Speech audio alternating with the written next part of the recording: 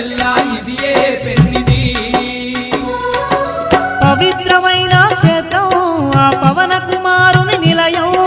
పవిత్రమైన క్షేత్రం ఆ పవన కుమారుని నిలయం అవనిలో పుణ్యధామం శ్రీ ఆంజనేయుని ఆలయం